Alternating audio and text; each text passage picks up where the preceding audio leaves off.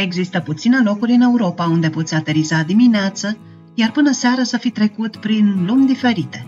Un aeroport care te poartă direct în inima orașului, un Amsterdam care se vede cel mai frumos de pe apă, o Olandă veche cu mor de vânt și case verzi la doar câteva zeci de minute distanță.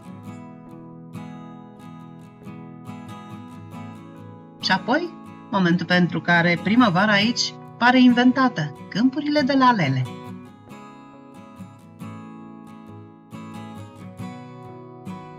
În clipul acesta, plecăm din aeroport, intrăm în Amsterdam, fugim apoi pentru câteva ore într-o Olandă de vis, Las Hanse Zans, iar la final încheiem cu florile din Lisse. O variantă mai calmă, mai aerisită și mai poetică decât clasicul val de turiști din Keukenhof. Și rămâneți aproape, am un bonus, chiar la final. Totul începe pe Schiphol. Și poate fix asta este una dintre cele mai mari calități ale Olandei. Nu te obosește până să înceapă vacanța, nu te ține blocat în transferuri nesfârșite și nu-ți cere răbdare înainte să-ți dea experiențe. Gara e chiar în aeroport, cobori din avion, urmezi indicatoarele, iar de acolo Amsterdamul e absurd de aproape. Trenul spre Amsterdam ajunge în aproximativ 17 minute, iar conexiunile sunt foarte dese.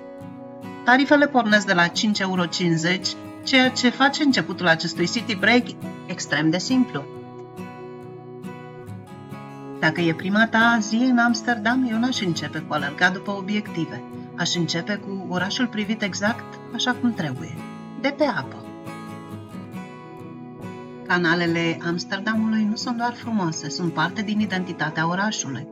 Inelul de canale din secolul al XVII-lea este inclus în patrimoniul UNESCO, iar o plimbare cu barca este una dintre cele mai simple forme de a înțelege cum a fost gândit orașul. În plus, pentru un city break scurt, barca îți face un mare serviciu, în aproximativ o oră vezi poduri, case înguste, fațade istorice și ritmul local, fără să-ți consumi energie.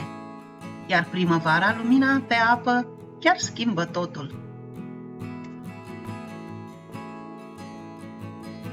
Plimbările cu barca sunt promovate oficial ca una dintre cele mai populare experiențe în Amsterdam, iar cursele clasice sunt în jur de o oră și costă între 15 și 20 de euro de persoană.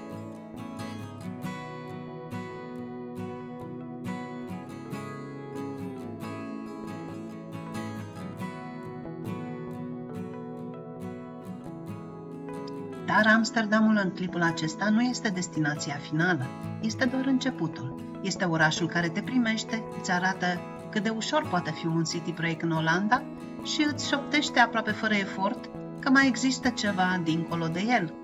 Pentru că la foarte mică distanță de agitația calmă a canalelor, există acea imagine pe care aproape oricine o asociază instinctiv cu Olanda. Mor de vânt, apă, lemn vechi și sate care par pictate.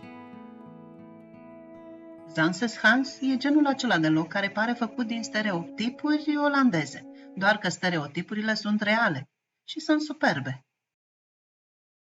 Ca să ajungi aici, iei trenul din Amsterdam până la Zaandijk, e circa un sfert de oră și te va costa dus întors mai puțin de 10 euro. Și apoi faci o plimbare de circa 15 minute ca să ajungi la Mori.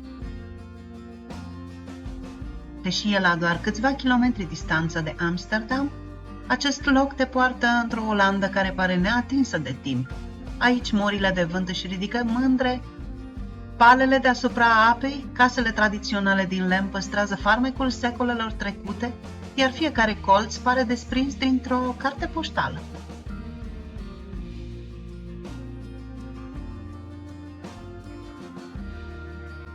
Mirosul de brânză proaspătă, atelierele de saboți și liniștea canalelor transformă locul într-o experiență autentic olandeză.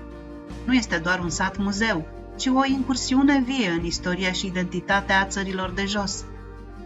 Fie că vii pentru peisaje, pentru arome sau pentru fotografie, sau doar pentru câteva ore de liniște, Zanses-Hans îți oferă acel sentiment rar că ai descoperit un loc simplu, dar cu adevărat special.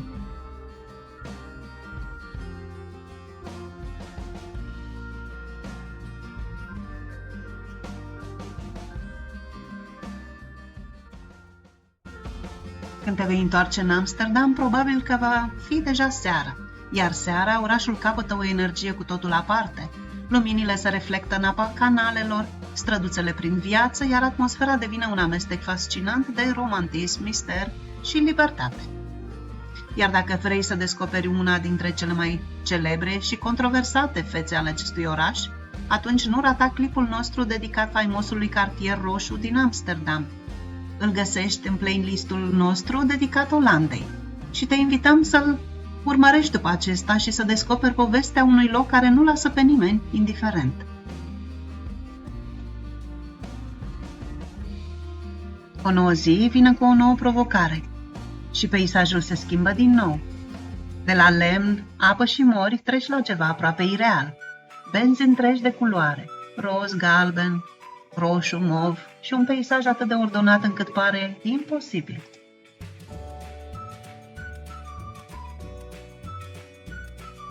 Toată lumea știe numele Keukenhof, dar puțin se gândesc că cea mai frumoasă parte a experienței poate începe exact acolo unde te îndepărtezi puțin de traseul pe care îl face toată lumea. În clipul acesta, Keukenhof nu este vedeta, este doar un punct de orientare. Punctul care te duce în regiunea corectă, pentru că adevărata magie nu stă doar în porțile unei grădini celebre, ci în jurul ei, în Bollenstreek, regiunea bulbilor, unde peisajul se deschide colorat și mirific.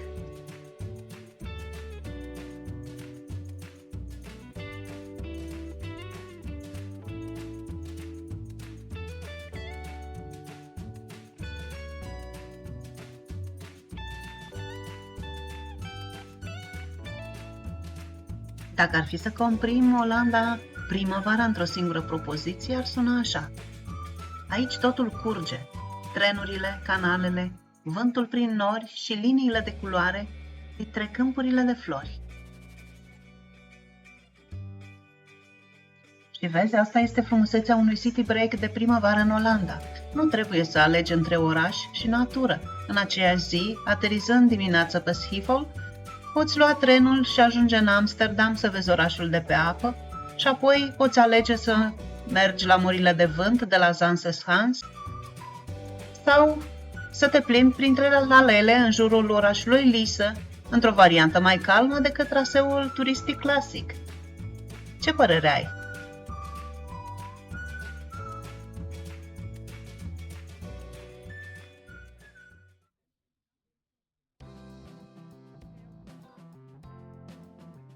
Și dacă mai ai o zi în plus, sau poate doar un motiv pentru următorul city break în Olanda, ține minte un nume, Giethoorn. Dacă vrei să ajungi aici, din Amsterdam, se poate și cu transportul public, dar îți va consuma destul de mult timp. Poate că ar fi mai bine să iei o excursie organizată.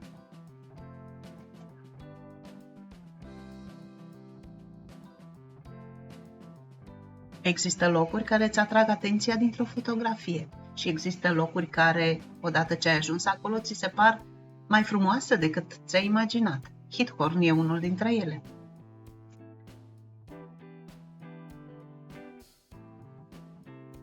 E un sat unde nu există străzi, unde podurile mici din lemn leagă case cu acoperiș de stuf, grădini îngrijite și colțuri de liniște care par neatinse de timp. Iar dacă vrei să vezi Giethoorn așa cum l-am trăit noi, cu atmosfera lui reală, cu cele mai frumoase perspective din acest sat incredibil, urmărește clipul nostru dedicat acestui loc.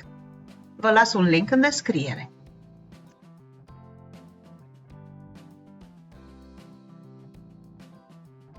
Olanda primăvara nu este doar despre lalele, mori sau canale.